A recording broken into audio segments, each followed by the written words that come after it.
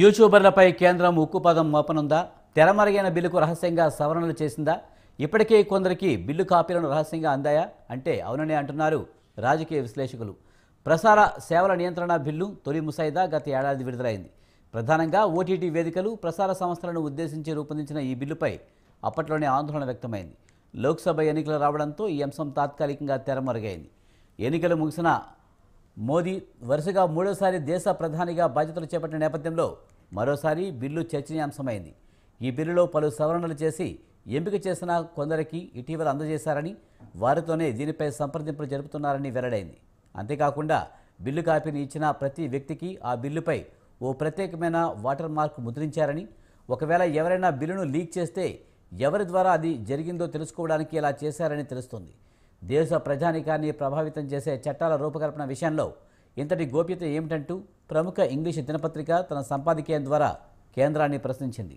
సవరించిన బిల్లులో స్వతంత్ర మీడియా గొంతు నొక్కే పలు అంశాలున్నాయంటూ విపక్ష సభ్యులు ఆందోళన వ్యక్తం చేశారు.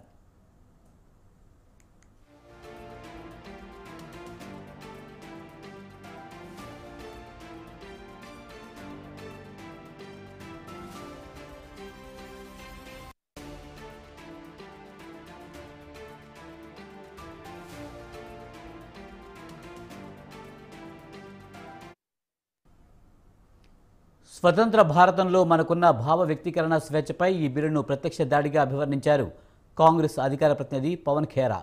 దీనివల్ల కంటెంట్ క్రియేటర్లు, సోషల్ మీడియా ఇన్ఫ్లుయెన్సర్లు, స్వతంత్ర మీడియా సంస్థలపై ప్రభుత్వ నిఘా పెరుగుతుందన్నారు. బిల్లులో సవరణలు చేసి ఆ ప్రతులను రహస్యంగా కొందరు వ్యక్తులకు, కొన్ని వ్యాపార సంస్థలకు ఇచ్చారని, పార్లమెంటుకు మాత్రం ప్రభుత్వం అబద్ధాలు చెబుతుందని టీఎంసీ ఎంపీ జవహర్ సర్కార్ అన్నారు. సవరించిన బిల్లు ఇప్పటివరకు బహిర్గతం కాలేదు. వాస్తవానికి ఒక బిల్లు చట్టరూపం దాల్చాలంటే దాని ముసాయిదాను బహిరంగంగా వెల్లడించి దానిపై ప్రజానిక నుంచి సూచనలు, సలహాలు, అభ్యంతరాలు ఆహ్వానించాలి. వాటిపై సమీక్ష జరిపి బిల్లుకు తుది రూపం ఇవ్వాలి. కానీ ప్రసార సేవల నియంత్రణ సవరణ బిల్లు విషయంలో ఈ ప్రక్రియ జరగడం లేదని విమర్శలు వ్యక్తమవుతున్నాయి.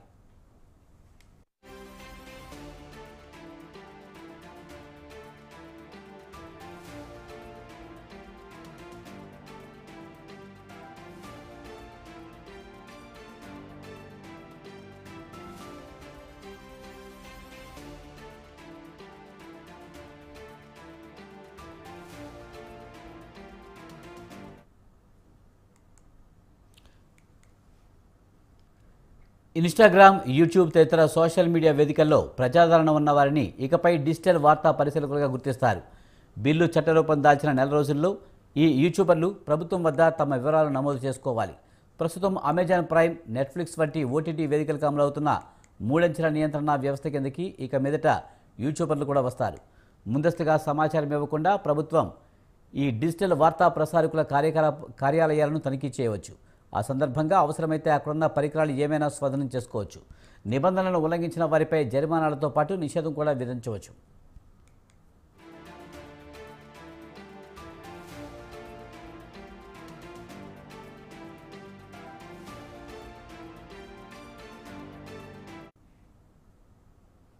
మోదీ ప్రభుత్వం గత 10 ఏళ్లలో ప్రధాన మీడియాను, ముఖ్యంగా జాతీయ మీడియాను తన కనుసన్నల్లో పెట్టుకుందని, దీంతో ప్రజలకు వాస్తవాలు తెలియజేసే బాధ్యతను యూట్యూబ్ తదితర సోషల్ మీడియా వేదికల ద్వారా తాము నిర్వర్తిస్తున్నామని ఆయా రంగాల్లో పనిచేస్తున్న వారు చెబుతున్నారు.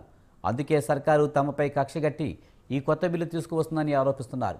తమ కృషి వల్లే లోక్సభ ఎన్నికల్లో ప్రతిపక్షాలకు గౌరవనీయమైన స్థాయిలో సీట్లు లభించాయని పేర్కొన్నారు. ఇప్పుడు కష్టకాలంలో ఉన్న తమకు అండగా ఉండాలని కోరుతున్నారు. పార్లమెంటులో దీని గురించి ప్రస్తావించాలని విజ్ఞప్తి చేస్తున్నామన్నారు. నిజంగానే సోషల్ మీడియాలో ఉన్న తప్పుడు ధోరణులను ఎదుర్కొనే ఉద్దేశం ప్రభుత్వానికి ఉంటే తాము సహకరిస్తామని పలువురు యూట్యూబర్లు పేర్కొంటున్నారు. బిల్లును బహిరంగపరచాలని ప్రభుత్వాన్ని డిమాండ్ చేస్తూ సంతకాల సేకరణ జరుపుతున్నారు.